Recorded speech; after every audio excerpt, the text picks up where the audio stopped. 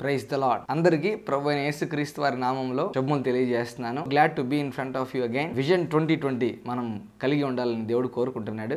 So ఈ సంవత్సరానికి సంబంధించి దేవుని వాక్యానుసారమైన విజన్, దర్శనం మనం కలిగి ఉండాలని దేవుడు కోరుకుంటున్నాడు. అయితే మనల్ని దేవుడు విడిచిపెట్టకుండా తన ప్రామిస్ ని మనకు దయచేసి ఈ సంవత్సరం అంతా మనము ఆ వాగ్దానాన్ని బట్టి జీవించినట్లు విస్తారమైన కృప మనకు దయచేసిన దేవుడుగా ఉన్నాడు. అందుని బట్టి దేవునికి కృతజ్ఞతాస్తుతులు చెల్లిస్తూ ఉన్నాను. So let us go into the word of God. హోషేయ గ్రంథం 4వ అధ్యాయం 6వ వచనంలో ఈ మాట కనిపిస్తూ ఉంటుంది. నా జనులు జ్ఞానము లేని వారై నశించుచున్నారు.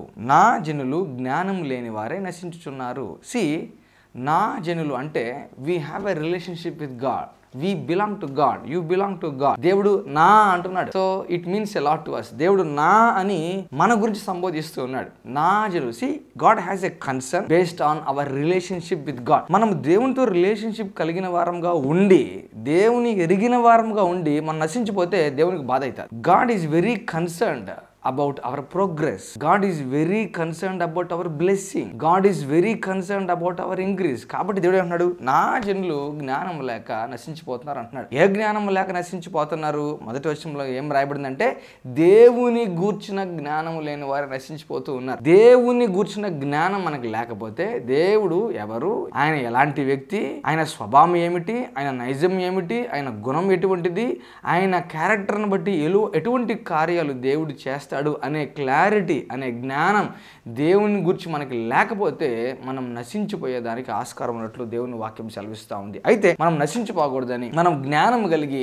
వాక్యానుసారమైన జ్ఞానం కలిగి జీవించి ముందుకెళ్ళాలని దేవుడు కోరుకుంటున్నాడు. సో దేవుని గూర్చిన జ్ఞానం మనకి ఎలా లభిస్తుంది అంటే, how do we get the knowledge about God అంటే, we can only get the knowledge about God from the word of God. దేవుని వాక్యంలో నుంచే మాత్రమే దేవుని గూర్చిన జ్ఞానం మనకు లభిస్తుంది. So when we meditate God's word, మనం వాక్యాన్ని చూస్తూ ఉండగా, దివారాత్రాలు ధ్యానిస్తూ ఉండగా వాక్యంలోని సారము, వాక్యంలోని జ్ఞానము మనకు లభిస్తుంది. We can only acquire or attain knowledge when we meditate the word of God. అయితే దేవుని వాక్యం ధ్యానిస్తూ ఉండగా ఆ వాగ్దానం అర్థం ఇదా, ఆ వాగ్దానం ఉద్దేశం ఇదా, is this God's will for me, or this is God's will for me అనే క్లారిటీ మనకు వస్తున్నప్పుడు దాన్ని వాక్యానుసారమైన జ్ఞానం అంటాను.